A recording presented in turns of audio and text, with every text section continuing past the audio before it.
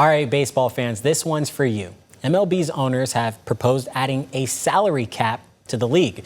It's something they've tried in the past. The issue of a salary cap was actually what triggered the 1994 strike that canceled the World Series. Yeah, okay, so this is really interesting. Basically, the plan would limit spending to a little more than $245 million per team starting next season. That matters because some people say teams who spend a lot on their players, like the Dodgers, have an unfair advantage. For reference, the Dodgers have a payroll of more than $415 million this year. That's a lot of money indeed. That's why they can afford players like Ohtani and Mookie Betts. But the salary cap is something the league has tried in the past.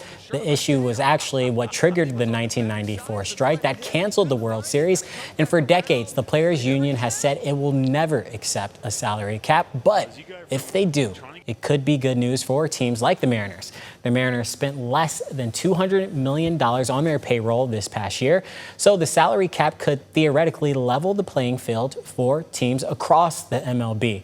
So that is pretty interesting. Again, I'm from Florida, so I grew up watching the Marlins, and they were really good. You know, at certain points, they've won 2 World Series, but all of those players, they just ship them off to like teams like the Yankees or the Red Sox because, and what the kids would say, those teams have the bag. And teams like the Marlins or the Mariners, they are just kind of, you know, trying to fight their way up scrap. So they have to really build through, you know, the minor league system as opposed to teams like the Yankees who can just get whatever big star out of nowhere, you know? Okay, that makes sense. And I can see why then they would really want to consider putting that cap on. But I mean, historically, it has always been the thing, like, you know, baseball players, you know, there's no salary cap. So and again, like for, you know, the Players Union and what they said, you know, in the past, it's like, well, if you're a player, why would I want a salary cap? Because I could go to a team that's willing to pay me some crazy million, or, you know, I mean, they've got guys who have salaries that are close to $1 billion now when you think about guys like Ohtani and how many years their contracts are spread across. So,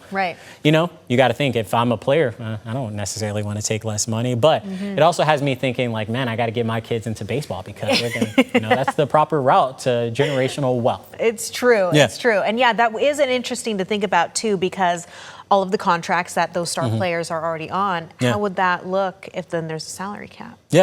So it's interesting. It's definitely interesting. I think from a fan perspective, you would be appreciative of it, knowing that there's a little bit more, you know, level playing field. Like, but nonetheless, we'll be keeping an eye on that, and it'll be interesting to see kind of how that plays out. Definitely. Yeah, well, we want to say thank you for joining us here on Up with KREM. We certainly appreciate you for starting your day here.